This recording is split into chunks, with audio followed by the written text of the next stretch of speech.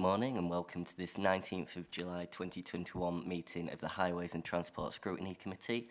The Chairman, Councillor Adams, and Vice Chairman, Councillor Hall, both couldn't be here for today's meeting. So before we proceed, please could I seek a proposer for Chairman of today's meeting? Councillor Dyer? Councillor Strangle as Chair. Thank you. Please could I get a seconder? Sorry, who was that? Councillor Wright, thank you. Do I have any further nominations? Could we just have a show of hands on the motion of Councillor Strangle for Chair? That's unanimous. Councillor Strangle, I'll hand it over to you. Thank you, Robert. Good morning and welcome to the Highways and Transport Scrutiny Committee. My name is Councillor Eddie Strangle and I'm pleased to be the Chairman of this committee for this meeting only. The audio-visual feed for this formal public meeting has been broadcast via the County Council's website, and I would like to welcome the members of the press and public who are listening to this online. I'd like to begin with a health and safety announcement. There is no fire drill planned this morning. In the event of the fire alarm sounding, we need to leave the council chamber through the rear doors and leave the building through the reception into the front car park. We then need to wait in the car park until further instructions. Can I remind everyone to ensure that their mobiles, laptops and iPads are on silent, and also to remind you that if you wish to speak or ask a question during the course of the meeting, can you please raise your hand? And also to remind members of the committee to switch on their microphones when invited to speak close to the microphone, and switch their microphone off after they make their contributions. Requests to speak will be collated by Chiara Hagianu. I would like to also welcome officers presenting today who are participating live via Microsoft Teams. I ask you that you introduce yourselves at the beginning of your item or when you make a contribution. To ask questions or contribute during the meeting, please raise your hand virtually or type speak in the chat function. When invited to speak, you should unmute your microphone and switch on your video. When you are not participating in the meeting, please make sure that you have muted your microphone and switched your video off. Requests to speak will be collated by Chiara. Please can you keep your questions and contributions succinct and concise. We will now move to the formal agenda. Robert, apologies. Apologies received from Councillors Adams and Hall, and we've also substituted Councillor Stokes. Yes, Councillor Adam Stokes, welcome, and you are substituting for Councillor Bob Adams. Declarations of members' interests. Members are reminded that they only need to declare any relevant interests which have not been declared on their DPI interest forms. Do any members wish to declare an interest? None that I can see. Thank you. Moving to the item 3, minutes of the meeting of the committee on the 28th of June 2021. This item is to confirm the minutes of our previous meeting held on the 28th of June 2021, pages 5 to 11 of the agenda pack, as a correct record. Can I ask for a proposer and seconder, please? Proposer? Tom Dyer, Councillor Tom Dyer. Seconder? Steve. Thank you, Steve. We will now vote on the minutes. You're voting on whether you agree that the minutes are a correct record. All those in favour, well, it could be. All those in favour, please show. Anyone against? Any abstentions? Thank you, Richard. One abstention. Item 4, announcements by the Chairman, Executive Councillor and Lead Officers. There is a long agenda this morning with one exempt items to be discussed last. I would therefore like to ask officers to summarise the key points of the reports and what is required by the committee. And in regard to members of this committee, to stress the importance of concise questions and contributions. I would also like to note the attendance of Councillor Ray Wooten, which I can't see, on virtual. Thank you. Is attendee, as it says, on via Teams in relation to item 6. Executive Councillor's announcement. This item is for information only. Should members of the committee wish to ask questions on the announcements, then this can be done outside of the formal meeting. Are there any announcements from Councillor Richard Davis, Executive Councillor for Highways, Transport and IT, or Councillor Cleo Perrotton-Williams, Executive Support Councillor for Highways, Transport and IT? Richard. Thank you, Mr. Chairman. Members of the committee may be aware, but I wanted for absolute clarity to confirm that the Executive is proposing to the next full council that we put an additional £10 million into the highways maintenance budget. This is on top of the £12.5 million we topped up from the government's, dare I say, cruel cuts earlier on in the year. But that's an additional £10 million that will go to full council at the next meeting. Thank you, Richard. Are there any questions or comments from committee? None seen. Thank you. Lead officers. Are there any officer announcements from Karen Cesar, Assistant Director, Highways? No, Chairman, there are no announcements. Thank you very much. Moving on then to item 5, Highways Gully Cleansing, Repair and Surface Water Flooding. This item is on pages 13 to 17 of the agenda pack and considers a report on highways, gully cleansing, repair and surface water flooding. The report will be presented by Richard Fenwick, County Highways Manager, and Sean Butcher, County Programme Manager, who are attending today via Teams. We will take questions at the end of the two presentations. Over to you, Richard. Thank you, Chairman. We will try and keep this as concise as possible. And as you said, Sean and I will be delivering it jointly because the content covers both of our teams within Karen's AD area.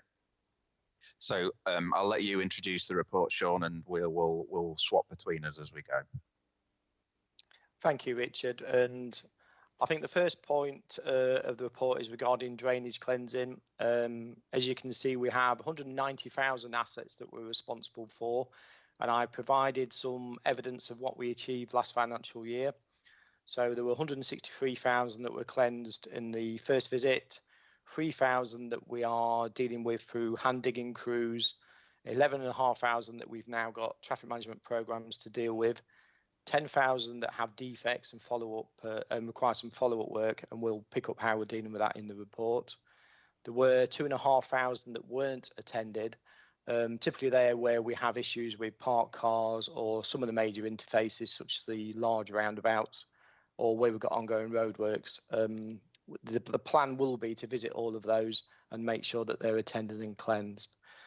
I think overall that's a significant improvement on previous years that we've had gully cleansing, where we were probably figures of around 130,000 gullies being cleansed and the rest of them not being attended. I think what we've seen in this new contract is, rather than reliant on paper records and maps that the guys have got in the vehicles, we've now got tablets that have GPS locatable for every single asset. They update that live in the field so that we are able to see exactly what's going on and when it's happening and any issues, and that's directly put into our confirm system. So we believe that's quite a significant improvement that we've had this year. There are some more data on what we're doing with the actual traffic management routes. So previously that was an issue for us, things like the A15, where we had hard to get to sites, A15, A17. So they've now been put into traffic management routes. So we have a dedicated tanker with a traffic management crew that has a crash cushion stop go vehicle. And we are now attending those on a regular basis and making sure that they're all cleansed and we don't have problems with those going forward. I've mentioned there about the 10,000 defects. So we do have problems with jam lids, broken or missing ironwork, damaged pots, etc. Rich is going to talk a little bit about what his teams are dealing with them and how we're overcoming that problem a little bit later. Something to pick up just as a generalism, that we do have at any one point 8 tankers across the county. So we have 6 that do the routine gully cleansing, 1 that's doing the traffic management sites, and 1 that's doing jetting of the blocked issues that we found as we're doing the routine cleansing. So when we do have severe bouts of bad weather that we've unfortunately been experiencing again recently, we are able to call on all of those 8 tankers to deal with any flooding issues, which again is a really improvement on what we've had previously. I think I'll pass over to Richard. I think you're going to talk about customer transactions. Yes, thanks, Sean. I just wanted to pick up briefly what's covered in the report about those. On previous updates to the committee, I've talked about how there's been definitely a channel shift to the use of the LCC website and Fix My Street, which are linked together anyway. And the way that we're dealing with the transactions through those has been changing over the last 2 years and continues to change. We continue to try and work with My Society, who provide the Fix My Street website nationally, to try and make things clearer to members of the public. So there are ongoing changes that we're pushing for.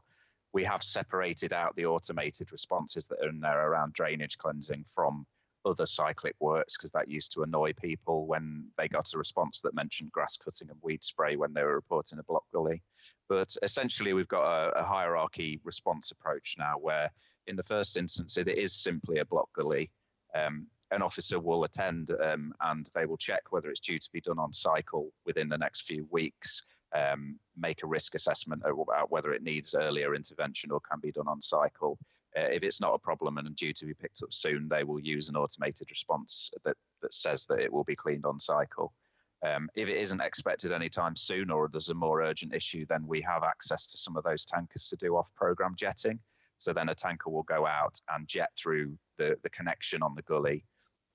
If they aren't able to do anything with that at that stage, then we now, through some of the money that we got last year through the community gangs, have been able to have AJet, who's a local subcontractor, working through our Balfour Beatty contract to do even bigger works. I will just add as well that what Sean mentioned about the way the cyclic cleansing is working and the improvements there, my officers actually do now get inquiries from ACL. So when they're reporting that there's a broken cover or there's an issue on site when they're doing the cycle, the officers on their tablet devices, because since last April, they've been working with tablet devices out in the field, much more mobile and I'd say more future focused. They get inquiries from that as well as the public to let them know there's an issue. And that's where they might raise a job to replace the cover or do further works, or they might issue further drainage works if the issue is, for example, a suspected block connection. And then in areas where none of our reactive responses that my team deal with are appropriate, they might make a bespoke response that says we're not taking immediate action with this. But that will be fed into what Sean's going to talk about later with some of the bigger drainage works that his team can do. And eventually, it really is a large-scale scheme. Then we involve TSP in designing up sort of system improvements and capacity improvements. Obviously, a lot of our reports are just block gullies. The public obviously don't diagnose a problem. Generally, if they see standing water on the road, they think it's a block gully. It often isn't a block gully and can be many other reasons. So it's important that we try and get that message on point. Councillors have previously asked if I could provide an update about how quickly we're responding to these drainage transactions. Unfortunately, it is actually quite difficult to separate out the specific drainage transactions and give you a timescale in terms of a firm database, because there's various different answers that can go out at various different times. What I can say is that in terms of outstanding inquiries across the board at the moment, we are at the lowest that we've ever been. There are currently 1,560 total inquiries about anything, be it through the CSC or the Fix My Street site across the whole of Lincolnshire. And by the next update to Scrutiny, I do hope to have a report in place that can actually give a sort of an average time of response to different types of inquiries. So I will work on that and return to committee to update you on where we are. But we track weekly what our officers are doing and how many inquiries they're getting of different types and how quickly they're getting some kind of response out. We're driving to improve that. For some context, last year in 2019 at this time, the number of outstanding was about double that at any one point on a weekly basis. And going back to sort of 2017-18, there were nearly 8,000 or 9,000 outstanding inquiries. So we are a lot leaner than we were in terms of our responses to the public. I think I'll hand over at this stage back to Sean so I don't ramble on for too long to talk about drainage improvements, but obviously happy to take any questions on that as we get through the report. Thank you, Richard. Yeah, so in terms of schemes, drainage improvement wise, you'll see I put a table in there, figure 1. That's more to demonstrate that in previous years we've had £300,000 a year to do our drainage improvements, which didn't really make much of an inroad into the backlog we'd built up. You'll see now that that's been doubled for this financial year to 600,000 for the minor drainage improvements. We've also achieved a bid of £1 million a year for community maintenance drainage gangs, and also 2 million of works for a development drainage fund, which I'll briefly explain now. So minor drainage, that's typically small works where we've got issues with damaged pipes, gullies and manholes with ponding, small ditch or bank slips that occur not just in flooding, but also in drought periods. So those schemes we pick up in my teams, we do small designs, and they're generally coming through from transactions that the local highway managers have picked up. And like I say, we've picked up a lot more of these now, so that increase of funding was really important. I'll do the development drainage bit now as well, Richard, rather than jump around. The development drainage funding was a bid we made a year and a bit ago now, and we achieved £2 million to do drainage improvements and also 200,000 of revenue to do some additional staffing. We developed a programme with the floods and water team to make sure that we're aligning any works with issues they've got, and also with the local teams to make sure that it was their worst priorities. These typically have been something larger than what my team would do, so the small £5,000–10,000 schemes. These ones are going up to £200,000, so some significant improvements to the network. At that time also we went out to the market and we've managed to get some additional technical advice. So we've got some drainage engineers now employed by TSP, which gives us a little bit of resilience to look at a lot of these complex problems and come up with the right solution rather than doing a quick fix. So hopefully that will give us an improvement over years to come. Balfour BT, our contractor, have also now brought in some additional subcontractors, special drainage contractors who are starting to deliver the works. You'll see from the table that I provided that it was only shown a spend of 1.7 of the 4.9, but we're fully confident that all of that fund will be spent this year. We've now got the schemes all identified and we're starting to see a push on the delivery of those. I think that was it on that, Richard. Yes, thanks, Sean. I'll just pick up the community maintenance, as we call them, gangs, because it kind of sits in the middle of those two things. So again, in terms of that tiered approach, we have the cyclic cleaning that we then have off-programme jetting, where that cyclic cleaning, it's not just a block gully, there might be a pipe there. If there's a further problem, the next stage is actually my team have been ordering some minor drainage works, and as I said, a company called AJET have been carrying those out for us through Balfour BT on the Highways Works term contract. So they're equipped with CCTV cameras to do investigation, but also route cutting equipment, and they do have what we call a dig down gang to do some minor pipe repairs, for example, to help problems. So that's been really, really useful over the last year. We've done around 150 different sites in Lincolnshire over that year. So with some of those taking 3 to 5 days, that's pretty good going. And they have effectively been working every day of the year on drainage sites across the county. And we prioritise those based on whether there's been internal flooding or there's standing water over half a carriageway that's a danger to road users first, and are working our way through those. We have actually got another nearly 200 sites designed up and ready to go for them to investigate or do works on. So we're definitely keeping them going, and they are making an impact. When I mentioned the number of enquiries we're getting, it's very difficult to see patterns because obviously it depends on weather events. We have just had some pretty heavy storms in June, July. It does appear that the number of flooding reports that we're getting through on the system is going down, and we think a lot of that might be due to some of these minor things. But they also provide a very detailed report that can then be fed into that TSP spend to help to design up bigger works if it is a capacity issue. And what I will also mention is that often some of these drainage issues are caused by maintenance of riparian ditches and dikes, so privately maintained watercourses.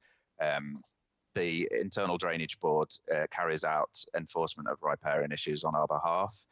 So the local highways managers are often involved with situations where the highways drainage asset is working fine, but the water's not getting away quick enough through the various outfalls eventually into rivers and the sea. So they can be quite complex. So some drainage issues are not quite as simple as a pure blocked gully. And I've just touched on the final part there, which is the flooding response and Section 19 investigations. So using this Confirm Connect system, which is the tablet devices that we've got now, has been fantastic, really, because the gangs use them as well. On our highways works maintenance contract, we're all using Confirm, which is the asset management system. We're all using the same system. So when the gangs, even the emergency teams, turn up to flooding events, they can take photos on site that feed through to my team to make decisions, but also for us to pass on to the floods and water team to be that initial part of the Section 19 investigation, because they can see clearly whether floodwater entered properties, for example. And as recently, we have been delivering sandbags to properties that are at risk of flooding. We've had examples in the last month or so where we took sandbags out to people and the gang were able to take photos when they took them to show that water wasn't actually entering properties at the time, and just get that data back, whether it be in the middle of the night or in the day, to feed into the ongoing investigation. So we'll be using that data going forward to deal with the way that we target works, and we do work closely with the floods and water team to not only look at what Sean's team are doing, but even with the minor works that my team are doing, we're focusing those on the areas where there's been the biggest risk to residents. So I think in conclusion, I'll pick that up, Sean. What we're asking the committee to consider is the report that we've presented and what we've talked about today, and just comment on that detail, recommend any changes or actions to the executive member for highways, transport and IT. And we're also keen for you to comment on collaborative working across directorates and with partners that we've mentioned, for example, the floods and water team, and working with internal drainage boards. So thank you very much for the time today. Thank you. Thank you, Richard and Sean. I'd like to invite members of the committee to comment on the report presented. Chiara, do we have any speakers? Yes, thank you. We've got Councillor Clark first, then Councillor Dyer and Councillor Brooks, and then Councillor Rollins. Thank you. Councillor Clark. Thank you, Chairman. Thank you for the presentation. Many times I and residents have contacted the authority about surface water. We're told that the water will go away in a few days. Several times there's been investigations and that's about it. There's been no action. Is there a financial connection to dealing with the surface water, and is the same practice adopted across the county? And also on page 14 of the report, where a resident will bring a complaint up and you address this to them, can also the county councillor of that division receive the same report? Thank you.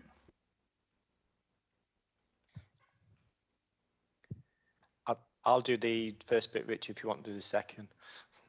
Yeah, sorry, I was just, we'll just answer the questions rather than putting our hands up, sorry. Yeah, so the first part, I think we're consistent in our approach. Certainly, we adopt the same practices across the county. And funding-wise, I think from table that I've included, you'll see that the £300,000 that we originally had on an annual basis has increased to 4.9. So I think that level of funding will improve the level of service that everybody gets, because effectively you're going to be able to do more. I think to add to that as well, I am not comfortable with the idea that we're saying if water subsides within a few days that we will leave it at that. We may have been in that place in the past, but it's certainly not what the local highways teams are told at the moment. If there's something that's going to take days to subside, unless it genuinely isn't, it's in an area where no one's going to be passing it and it's not affecting anyone and it's a very minor area of standing water, then we would be looking at more if things are going to subside within a few hours, because there are locations where, because of the water courses that the drains are connected into, if rivers are running high or there's becks running higher than the outfalls, the gullies actually will surcharge back up through them. in really, really heavy, intense rainfall periods, and it can be a case that the gullies aren't blocked. It just will take a few hours to subside. So that's definitely what we're working to. We are aiming for a consistent approach across the county as well. So if you're getting those kind of responses at the moment, I would suggest that you come directly to me and we'll look into them.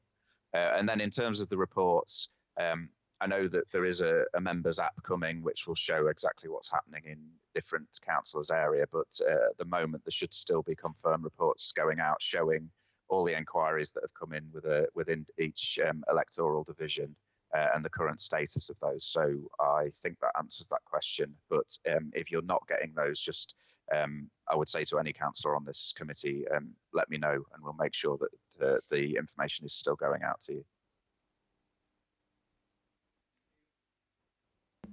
Councillor Tom Dyer.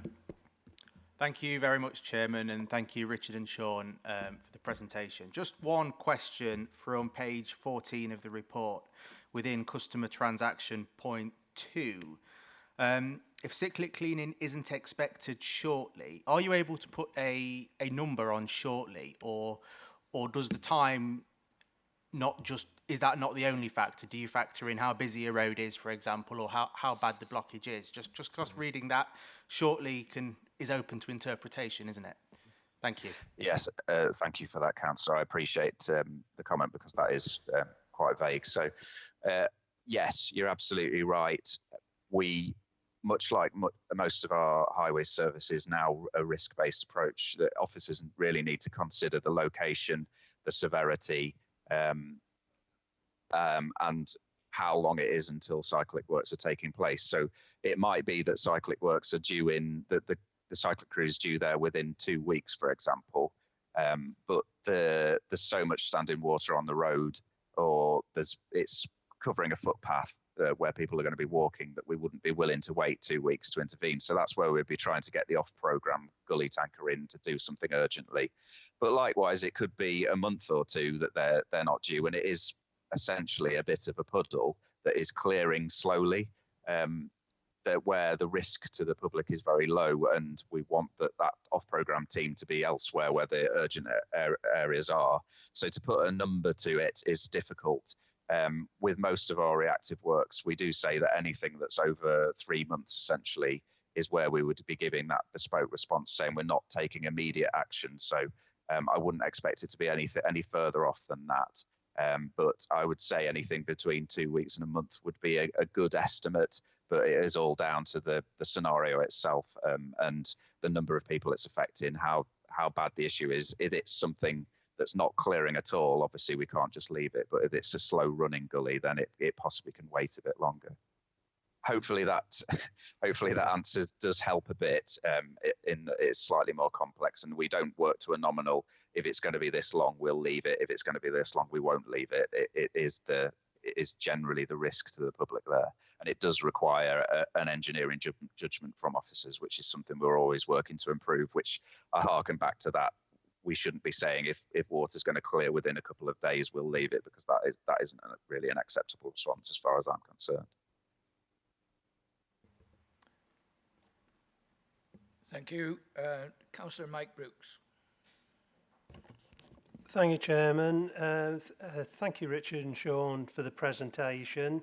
I think commenting on the way departments and partners are working together, I think there has been, certainly in the last 12 or 18 months, a better response and action on these flooding reports.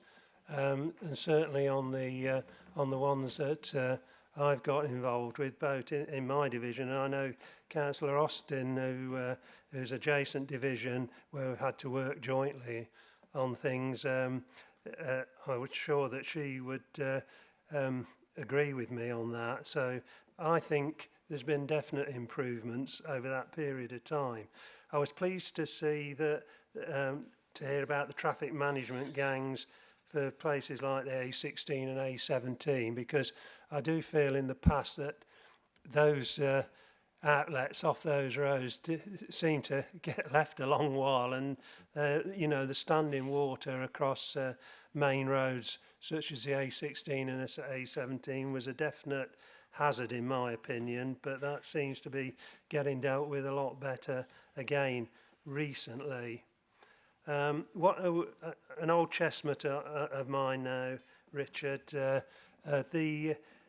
on item 4 or para 4 on page 14, the customer transactions, where we say no immediate action proposed, going on from Councillor Dyer's point, do we close that job off on Fix My Street on the system? Because it just always worries me, as you know, when we close a job off, that the customers who have reported it, people who have reported it, think we're not going to do anything else, and they don't always read as far as the last note on the system, where it tells them that it will be picked up, but in the long term. I don't know whether you could comment on that, please, Richard. Yes, thank you, Councillor. The answer is that it will still appear on Fix My Street, but at the moment they do, unfortunately, My Society's system's fairly limited in the different header lines that they can have on them. So that one is one that will say closed on it. And that is one of the things that I mentioned in the report, that we're working with them to try and take that out, because it's contradictory to the actual detail of the text. Whilst we might be saying exactly what's happening and it is an ongoing problem that's going to require further work, and we can't make an immediate solution to it, the header line that sometimes goes out, well, the first thing people read might say no action, which isn't true. So it is something that we need to sort out. It's a limitation of the system on their end rather than ours, because we have all kinds of statuses in Confirm. There's probably close to 100 different statuses that we can use, so we're not limited there, but it's just engaging with that system. And it is something that Georgina Statham in our Highways client team has been working hard with as a development opportunity with them to get rid of that line, because it sometimes just annoys people before they've actually read the detail of what we're saying we're actually doing. So I appreciate that, and that was actually something, obviously we had a conversation around that being an issue previously, and that's why that's been taken forward, to try and cut those of headline statuses out, because they don't always give the full detail of what's happening. Thank you. Councillor Sue Rawlings. Thank you, both Richard and Sean. Thank you, Mr. Chairman, for letting me ask a question. I would agree regarding the improvement to some of the schemes we've been seeing of late. Certainly in my division, I've had one very large scheme that you've looked at that has actually been a cause for concern for a large number of years, and the County Council are now looking to spend significant amounts in improving that, and that's very welcome. And also on a smaller issue, having another one of my larger villages, that was given a lot of attention by the drainage teams in the last few months, and hopefully that will remedy itself sometime in the future. But having said that, there are still some issues with local residents, perhaps where the water pooling may only be affecting either a limited number of properties or sometimes single properties, and that often comes down to the intransigence or the unwillingness of a local landowner to actually take any necessary action to alleviate the situation. And I know you say about working with internal drainage boards, but that tends to be on, I presume, larger waterways, where sometimes it's the smaller ones that cause the problems. I don't quite know how we can keep that pressure on riparian owners to actually do the maintenance they're supposed to, and give some solace perhaps to some of the local residents. Thank you. Yes, thank you, Councillor. I think I can pick that one up as well. I agree, and actually I think my experience is that a lot of the riparian issues do tend to be smaller watercourses. Often we have situations where residents aren't even aware that they're the ones that are responsible for the maintenance of the watercourse, especially where a ditch has been piped. So there's a pipe running across the frontage of properties, and they are not aware that they're responsible for making sure that's kept clear or clearing out the open ditch. The Floods and Water team have a riparian working group set up that I am part of, I'm invited to, and they are working currently with our comms team to do much more communications and provide leaflets, etc., for residents and for landowners to explain their responsibilities in terms of keeping watercourses clear. The local highways managers are involved with a lot of that, and I know that they've always got something going on with the various internal drainage boards to try and get enforcement action taken. Once we've done our bit with the various resources we've got, the riparian drainage could help things a lot to get it through to larger watercourses, which is just when you get the Environment Agency involved. I know that the internal drainage boards tend to tell us that unless there's been a significant nuisance, which would be considered to be flooding, essentially, within the last 12 months, and it has to be that recent, they don't have the power to force people into taking action. So there have been situations where, without prejudice, our team, with the resources we've got, have been trying to work with landowners to make sure that water's flowing just for the benefit of residents, rather than falling out about who's responsible for whom. And under the Highways Act, we do have some powers to stop people discharging water onto the highway in the first place, which is where the local highways teams will come in with support from Sean's team as well.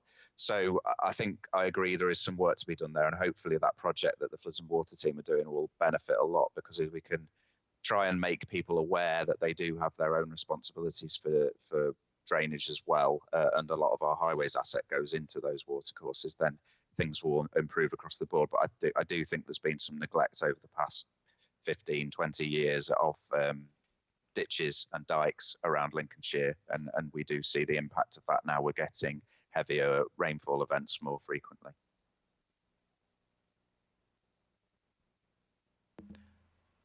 Thank you, Richard and Sean.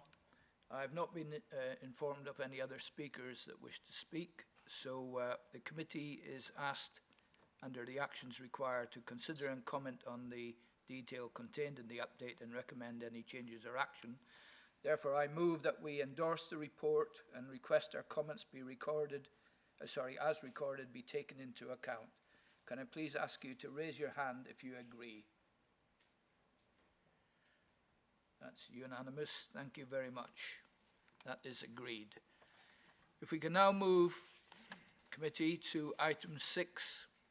This is the Councillor call for action. Proposal to resolving obstruction of the highway on West Street, Barkston.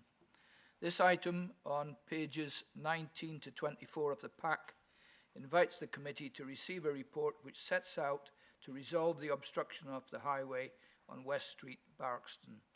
This councillor call for action was submitted to the Overview and Scrutiny Management Board in January 2021 by Councillor Ray Wooten, and on the 8th of March 2021, the Highways and Transport Scrutiny Committee considered a councillor call for action request from the Overview and Scrutiny Management Board in respect of this matter. The item will be presented by Karen Cesar, Assistant Director of Highways Services, and we will take questions at the end of the report. Over to you, Karen. Thank you, Chairman. Good morning, everybody. So as the Chairman's just gone through there, it was the summary being 28th of January, it went to the OSMB committee. 8th of March, it came here to the Highways and Transport Scrutiny Committee to consider actions to go forward. The actions required from today, if I run through the proposals, I'll do the proposals, then I'll come back to the actions required. The background is there within the document as to why we have been working on this.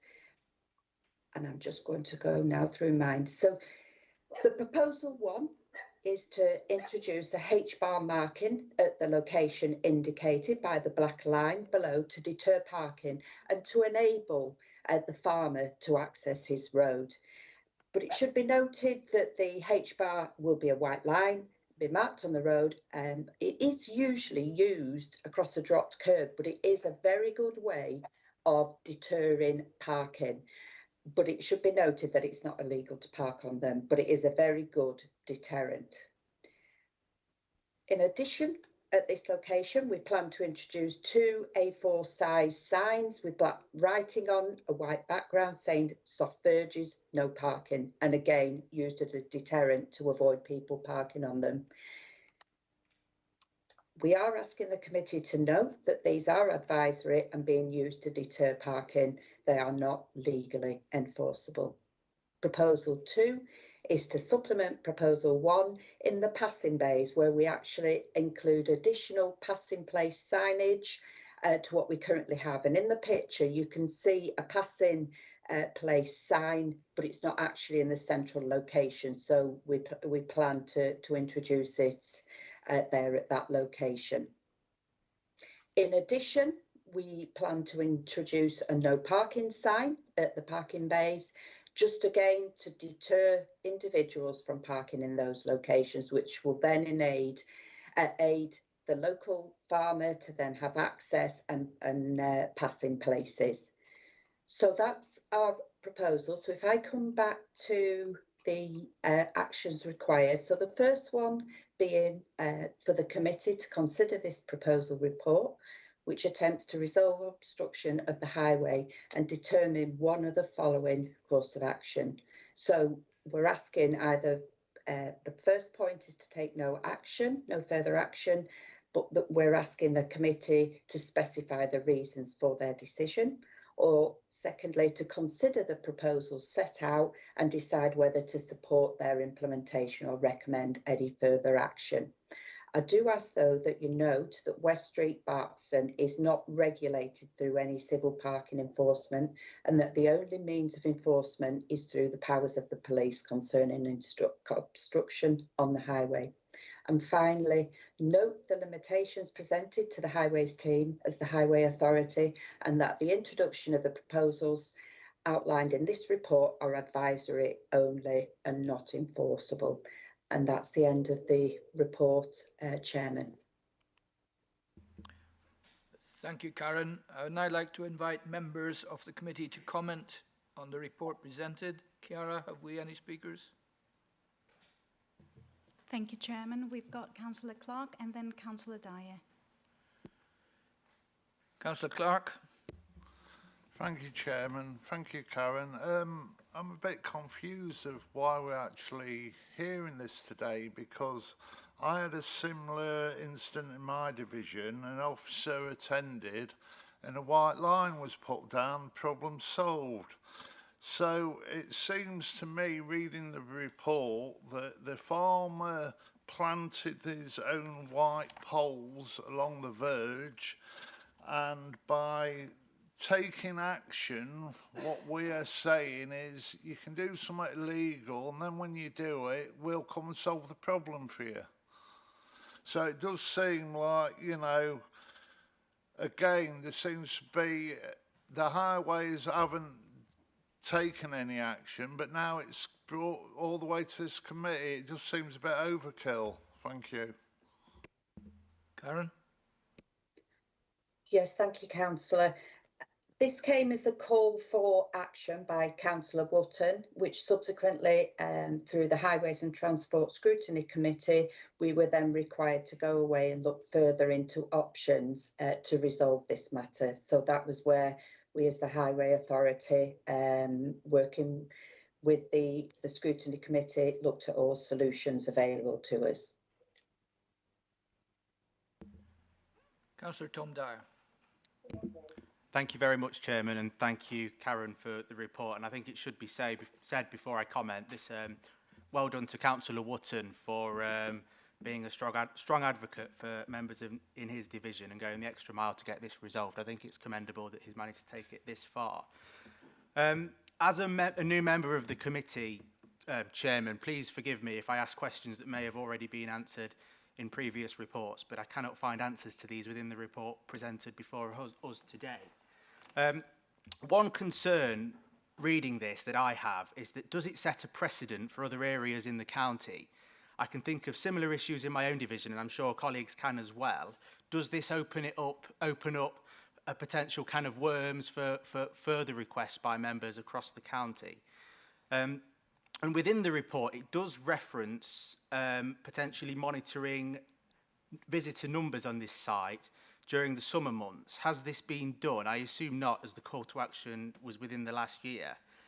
And now, obviously, as today is Freedom Day, and we're moving out of COVID-19 times, allegedly, would it not be more prudent to await for this situation to see if this is still an issue in post-COVID times when perhaps people don't have as much free time on their hands? I'm just concerned here that we might be jumping the gun a little.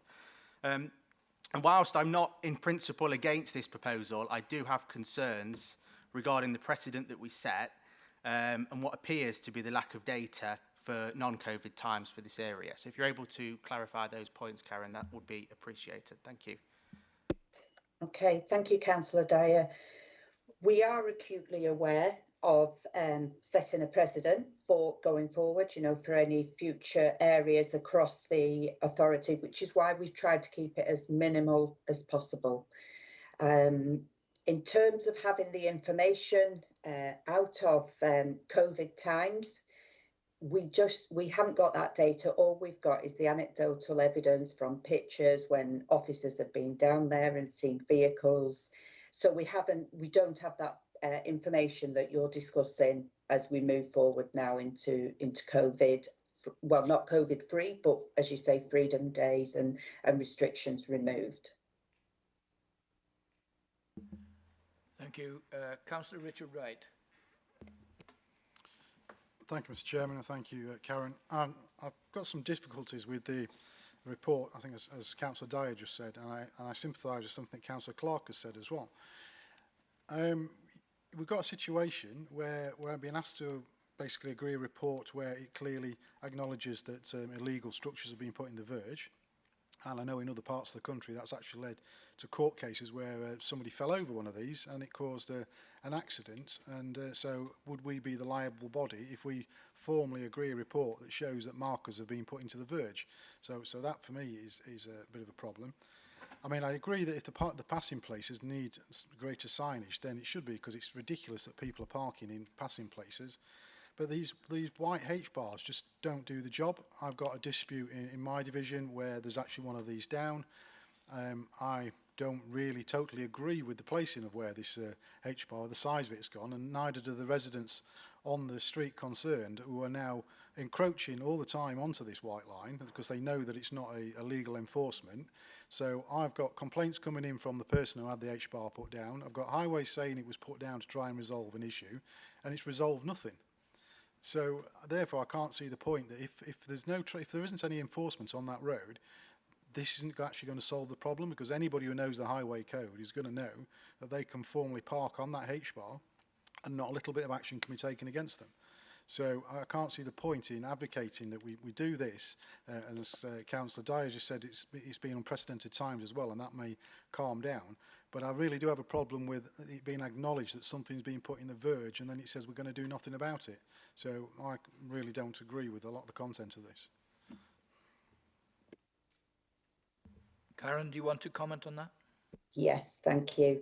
In relation to the white posts being put in the verge, we have actually formally written to the farmer doing it's an informal, and then you go to formal notice for the placement of illegal objects in the highway.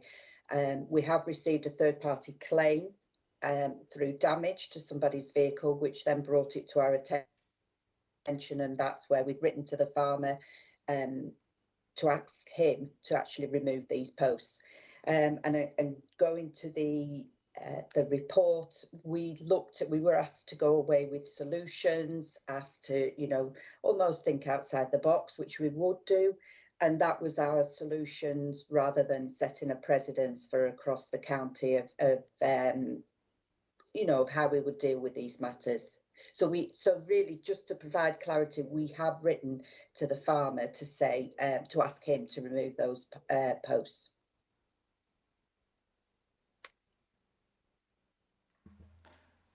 Thank you, Karen.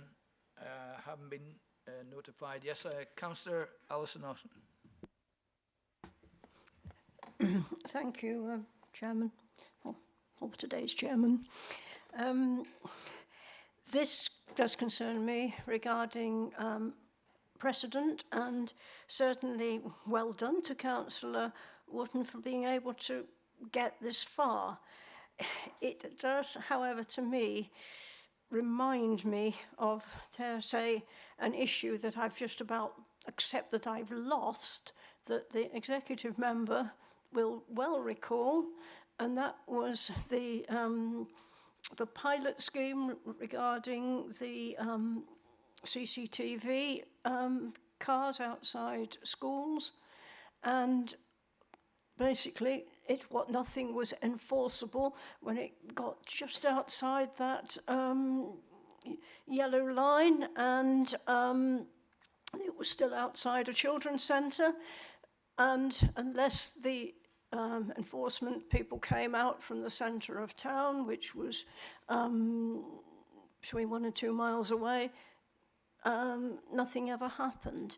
So are we actually, no, I've digressed, but I really want these sort of restrictions or measures just being widened to see what is actually possible when there is inconsiderate parking, please. Thank you.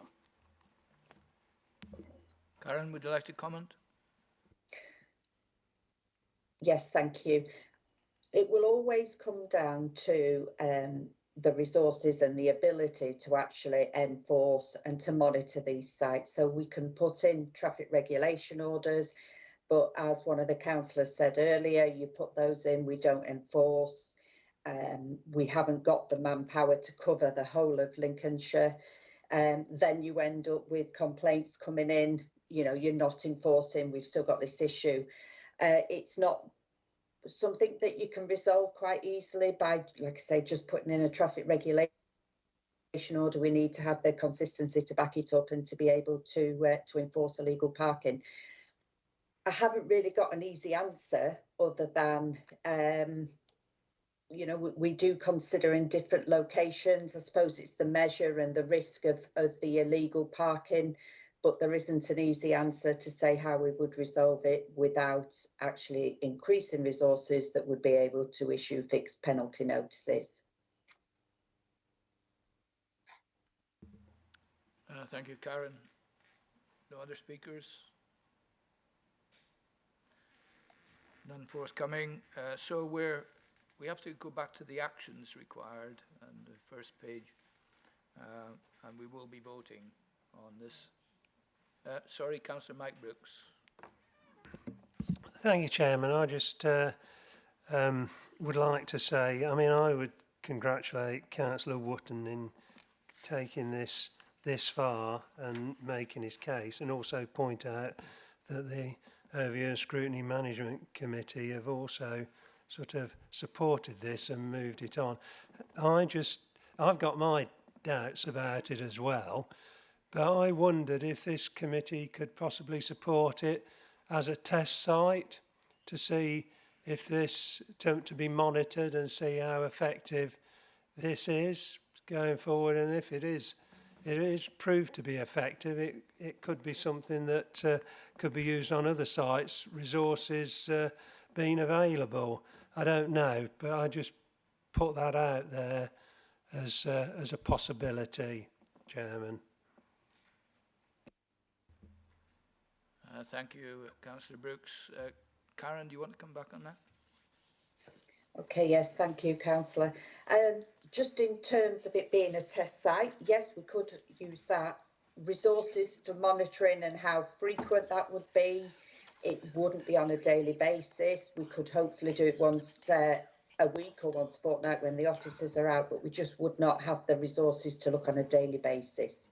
But we can, you know, monitor the area, and also, you know, we, like I say, we get the information from the farmer or any residents that are around that location. So it'd be anecdotal, but yeah, we can look at it over a period of time just to see how successful it's been as a test site.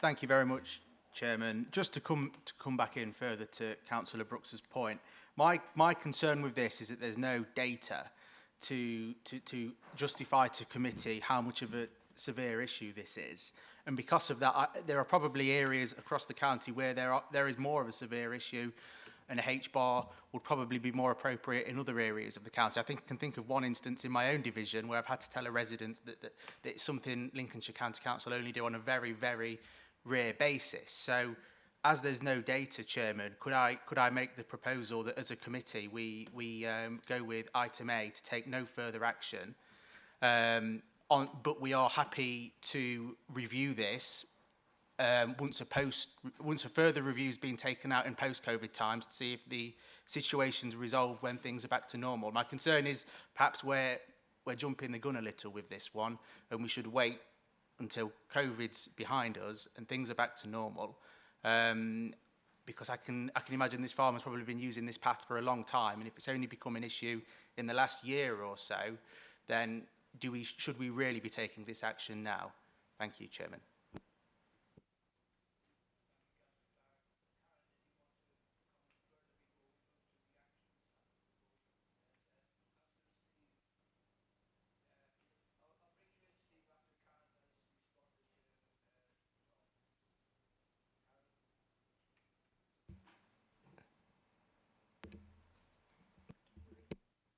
Karen, can you respond to Councillor Tom Dyer, please? Apologies, there was no sound. Yes, we can do that. If it would be just whatever the decision of the committee is, we can follow. Thank you. Councillor Steve Rowe. Thank you, Mr. Chairman. We were given quite a lot of information when this originally came here. Some of it was probably anecdotal, but I think it's not just been a problem since COVID. It was prior to this, it's just COVID made it even worse. I think that having gone as far as we have, I would like to support the proposals of what they're talking about, but I wouldn't want to see visits there over and above what might normally happen. I wouldn't want that cost to happen. I'm sure we'll get feedback from the councillor that proposed it, and I'm sure we'll get feedback from the local farmer. But yes, I do support the fact that we get the white posts removed and it becomes legal down there. So I'm happy to support this, but not additional measures. Thank you, Mr. Chairman. Thank you, Steve. Right, I think we can move to the actions required and the proposal that I will read out to you. The committee is asked to consider and comment on the proposal set out in pages 22 to 23 of the report and determine one of the following courses of action. A, to take no further action. The committee is required to specify the reasons for this decision. B, to consider the proposal set out in this report and decide whether to support their implementation or recommend any further action. The committee is also asked to note that West Street, Barston, is not regulated through any civil parking enforcement, and that there are limitations presented to the Highways team as the Highways Authority, and that the introductions of the proposals outlined in this report are advisory only and not enforceable. I move that we receive the report and that we support Proposal 1 and Supplementary Proposal 2, and that the committee also notes the limitations. Are there any dissent? Councillor Austin. I don't know if Councillor Dyer can confirm whether his... Yes, I think it was Councillor Dyer, wasn't it, that was suggesting that we monitor the situation. As if it was, then that's got to be considered, hasn't it, as an option? Councillor Dyer would like to respond to that. Chairman, I'm happy to await the result of this vote. I think if committee supports your proposal, Chairman, then that should be where we go, and then maybe have a look if committee rejects your proposal. Thank you, Tom.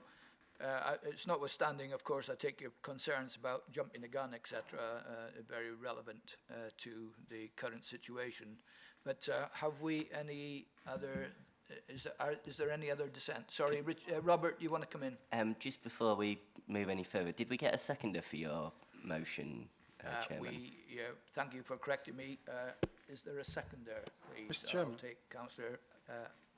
Mr. Chairman, just to point out clarity, you said support proposal 1, but that includes do nothing or do something. Is it A or B we're talking about?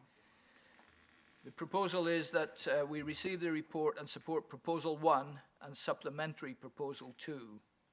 The committee obviously notes the limitations. Ciara, would you like to clarify? Yes, of course. Thank you, Chairman. So proposal 1 and proposal 2 refer to the actual report. It's the signages and the T-bar that are being brought for consideration. A and B are to clarify that A, if we select A, we move no further today, and B, if we do select B, then we are moving to accept proposals 1 and 2. Thank you. Does that make sense to you, Richard? It was. I'm sorry, Mr. Chairman, I was reading it at the top, so splitting it down, because my problem is that I support one proposal but not the other, so we don't have that option at the moment. Ciara?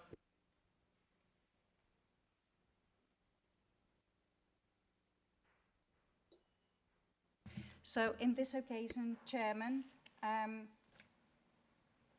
we need to vote on this. That was my understanding. Obviously, as the action says, it's A or B, and if it's A, to take no further action, the committee is required to specify the reasons for the decision.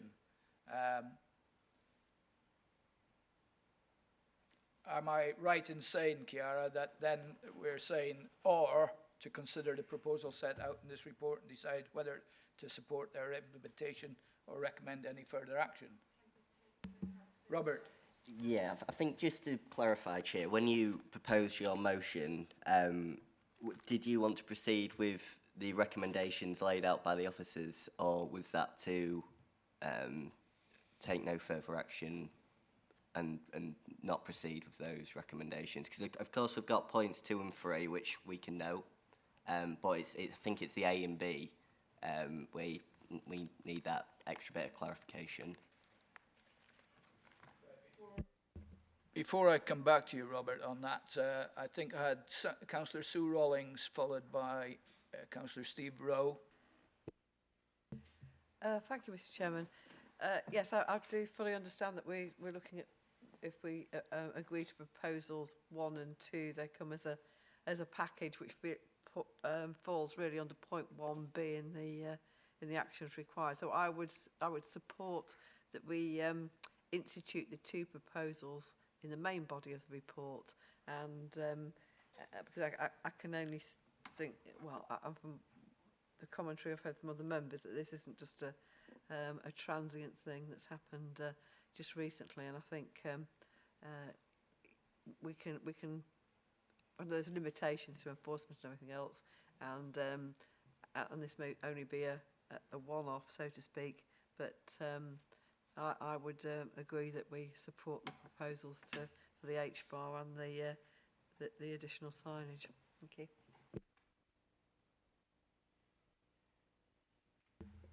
Councillor Steve Rowe, and I'll bring you back in, Robert. Thank you, Mr. Chairman. Just for clarity, really, I'm happy to second your proposal for proposal 1 on page 22 and proposal 2 on page 23, which lays out exactly what is looking to happen. So I'm happy to second that. And obviously, if we then take it to the vote and it passes, we don't need to look at any other options. Thank you. Thank you for that clarification, Steve. It's been given a good hearing. Councillor Kevin Clark. I'm more confused when it started. You got proposal 1 and proposal 2. I thought they were separate.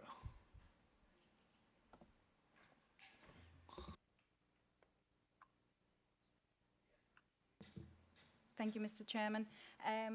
Councillor Clark, proposal 1 is the introduction of an H-bar marking at the location, whereas proposal 2 is, if I may say, a bolt-on to proposal 1 to add supplementary signage at the location, which is why the motion is to, what the requirement of the report is to decide on whether we accept these proposals to be adopted.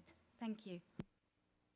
Thank you, Chiara. Before I bring Robert back in to further clarify, I mean, I can understand where the confusion's coming from. It does actually say in the action required, you know, it's A or B, and that's the bit that's sticking in our craw at the moment, is this misunderstanding of where we're going. So, Robert, over to you. Yes, I'm not sure if I'm entirely sure what everyone's confused about now. So, as it stands currently, we've got a proposal made and seconded that, was it for option B to proceed? Yes. So that's been proposed and seconded. So just for everyone's clarity, that's for both proposals. It does say proposals. So I think that's where we're at the moment. If no one had any further comments, did you want to take that to a vote, Chairman? Yeah, I just want to further clarify that, because what we're saying then is under A and B, we're looking at B. As far as I'm aware, yes. I mean, it's your motion, Chairman. Forgetting A. Yes, so that's no further action, so that would be to release the decision. Okay, so we've done with that, okay. Yes. And then we're looking at basically that we support proposal 1 and the supplementary proposal 2. 1B. 1B, yes, sorry. It doesn't say B, but never mind, I understand that now. Yes, Councillor Mike. Thank you, Chairman. Would it make it easier to understand if it in the committee is requested 2 on 1, it should say either A, to take no further action, or B, to consider the proposals set out below. And I think it'd be easier to understand if those 2 words had been put in there. And if you insert those now, either or, then I think that makes it clear to me. That's the way I understand it. Thanks. I think you're absolutely right, Mike.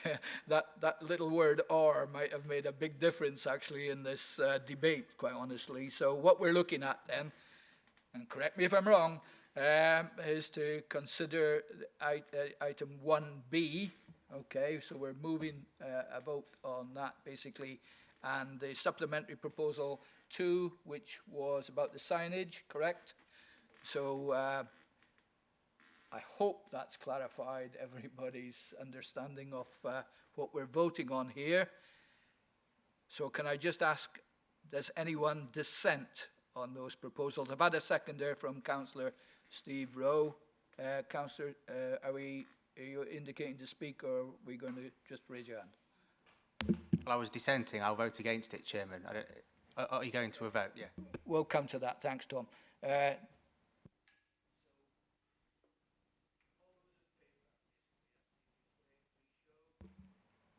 Just for clarity, that's all votes in favour. Yeah, I think you had your microphone off, Chairman. My speaker wasn't on. This thing keeps going on and off. All those in favour, please show.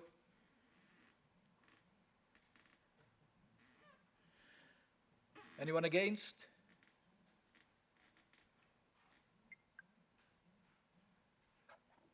Any abstentions? That's carried, Chair.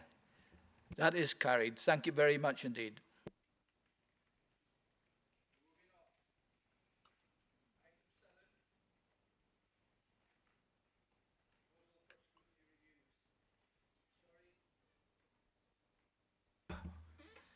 Sorry, that is carried. Moving to item 7, proposal for scrutiny reviews. This item is on pages 25 to 31 of the agenda pack and considers a request made by the Overview and Scrutiny Management Board on the 17th of June 2021 that each Overview and Scrutiny Committee identify potential topics for in-depth scrutiny reviews, which will be undertaken by the 2 scrutiny panels. The report will be presented by Chiara, Scrutiny Officer, and we'll take questions at the end of the report. Over to you, Chiara. Thank you very much, Chairman. As you correctly identified, on the 17th of June, the Overview and Scrutiny Management Board agreed to request that each overview, and Scrutiny Committee identifies potential topics for in-depth scrutiny reviews to be allocated to the 2 scrutiny panels, A and B. You can see a list of the prioritization tool, which has been used to determine these and will be used to determine these. This is available to you on pages 29 to 31 of this report. In the last meeting in June 2021, this committee identified traffic speed management as a potential topic for a scrutiny review. A potential scrutiny review would consider what opportunities exist for effective speed management around the county. So today, what we request is that the committee considers this topic and any additional topics that they would like to recommend. Thank you, Chairman. Thank you, Chiara. Do we have any speakers? Councillor Brooks. Yes, Councillor Mike Brooks. Yeah, I would support that we put the speed management review as something that needs reviewing. The last time this was looked at, I think it started in 2013. I think the new speed management policy went through in about 2015, I think probably. And I know at that time the 20-mile-an-hour limits and that sort of thing, that was put on ice because we were waiting for further guidance from national government, from central government, and that was supposed to come through in about 2017, 2018, and I think we're still waiting for it. I don't think it ever appeared. So, but it is, speeding is a topic that came up on the doorstep all of the time at the recent election when I was going around. It certainly comes up at parish council meetings all over the place. So I think we ought to have a look at it, or it should be looked at, and I would support that going forward as a review item. Thank you, Chairman. Thank you, Mike. Councillor Sue Rawlings. Thank you, Mr. Chairman. Yes, ironically, in my little pile here on the desk, I have 2 issues with speeding in my division, and it's just, well, it's inconsiderate and bad driving, a lot of it. But and I know there's with the speeding issues, it's also a problem with not being able to actually have people on the ground there to enforce it. So it would be good to know how we perhaps could involve the parish councils and local people to put some spine into it, rather than just people wantonly actually breaking the highway code a lot of the time, and really how some of the perpetrators can be held to account, even though they or just, you know, some awareness of how to drive and behave in a considerate manner would be advantageous, I think. Thank you, Sue. Karen, do you want to reply?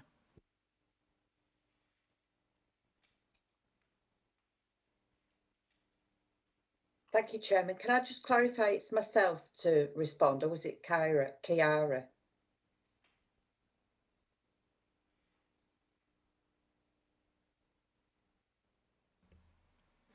Thank you. Sorry, Chiara, do you want to come back?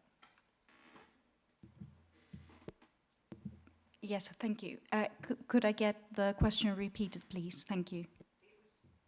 Really, within that review, to look at the weaknesses or how we could improve enforcement, and also how we could, even if enforcement was a challenge because of resources, how we could actually have probably a soft approach to encourage people to behave in a rational and sensible manner, because a lot of it just comes down to people being just not observing the highway code. Thank you, Councillor Rawlins. We can most definitely capture those comments and adapt them in the proposal for the scrutiny. Thank you. Thank you. I'd just like to make a comment myself, actually. The interesting thing is that unlike the other districts, the City of Lincoln Council do not have parish councils. Therefore, we don't have the benefit of putting in issues like, yeah, I think you're correct. It's not all the others. I'm sure you were going to correct me there, Alison. We're one of those that do not have parish councils. Through a local organisation in my patch, of course, we put in 4 speed indication devices at the cost of £4,000 each, and we're about to put another 4 in. The question is, the parish councils have got monies, and my question is, why aren't the parish councils actually putting in the monies towards speed indication devices, which are costly, but they do improve on the 2 major roads that we've put them on, which is Birchwood Avenue and Woodfield Avenue. It certainly has made a difference in cutting down the speed. There are obviously there are always the idiots that will want to disregard them, but in the main, there are. It wasn't a question; it was just part of the debate, and I just wanted to make that quite clear. It would be incumbent, I think, on members to perhaps make sure that the parish councils are aware that they should be using monies towards reducing speed within the county. Thank you for that. So we'll move then, unless there are any other speakers. Councillor Richard Wright. Just late on what you said there, Mr. Chairman, is that if it's not always about money, is it? And it's not always about because one of my parishes has now joined the others in setting up community speed watch, and that doesn't cost the same amount of money as a speed indicator device. So if there's going to be a review looking into how you manage it, then I think they should be comparing the results from community speed watch, where the residents themselves get involved, the ones that are always writing into us saying, what can I do about speeding on my road? That's easy. You can help us monitor the speed on the road. So we should be monitoring the effectiveness of that against whether you're just an indicator on a pole that is actually that effective on some of our main routes. Thank you, Richard. I presume that was a comment as well, not a question as such. But any other comments? Part of the debate. Councillor Mike Brooks. Thank you, Chairman. I mean, that's a good point about community speed watch, etc. But those initiatives have all come in since the last review of the speed management in Lincolnshire, and I think those are the that's why we needs doing again, so those sort of things can be considered and included as part of that policy. Thank you.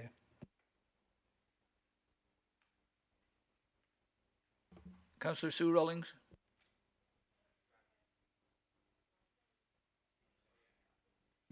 Councillor Rowe.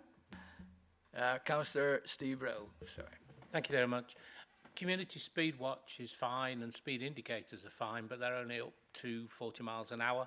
So a review of speeding across the county taking far more than 30 and 40 mile an hour limits. So whilst they're useful, I think a review across the whole county of all speeds would be useful. Thank you, Steve. Any other comments? Yes, Alison.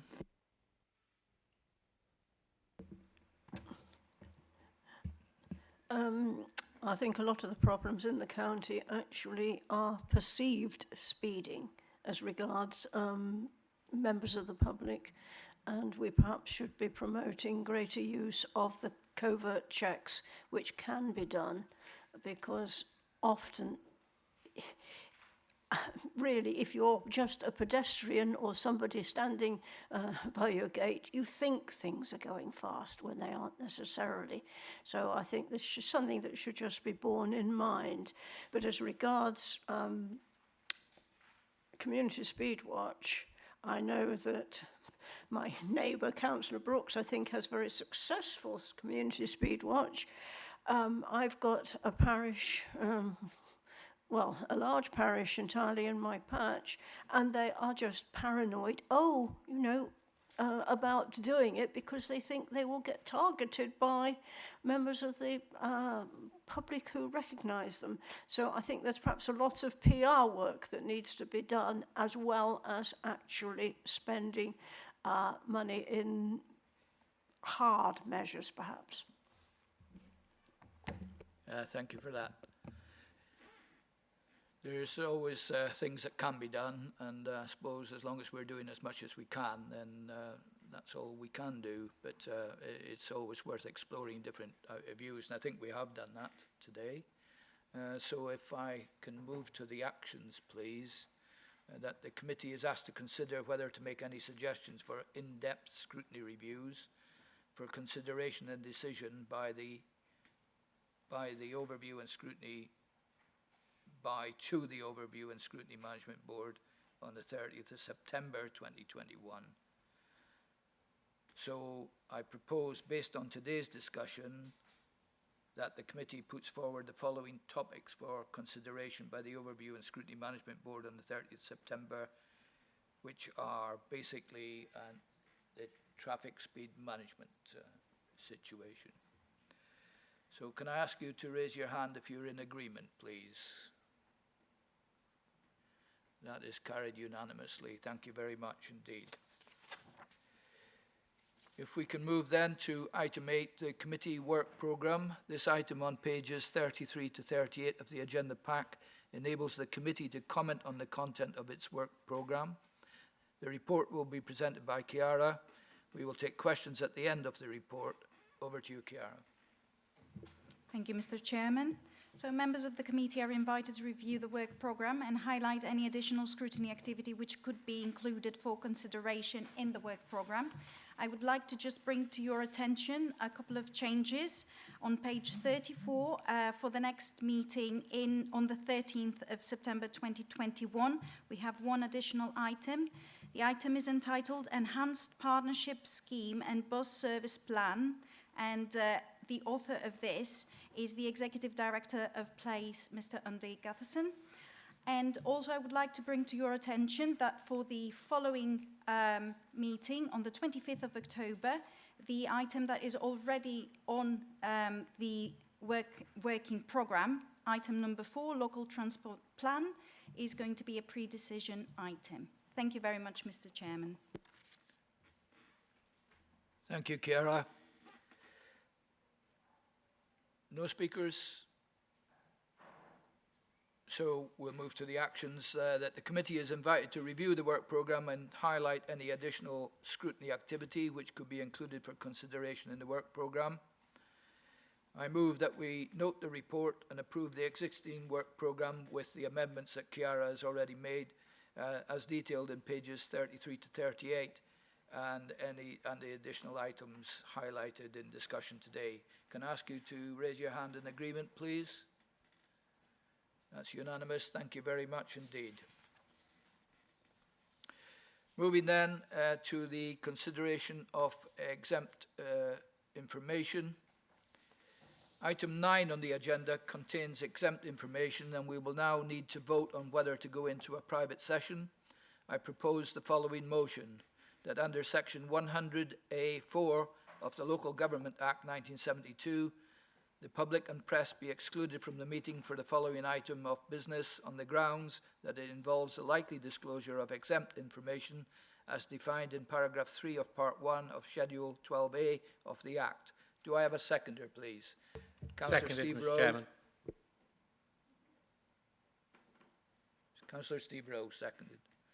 We will now vote on this motion. You are voting on whether you support the motion to exclude the press and the public for the remainder of the meeting. All those in favour, please raise your hands. Thank you. Thank you. That is agreed. We will now move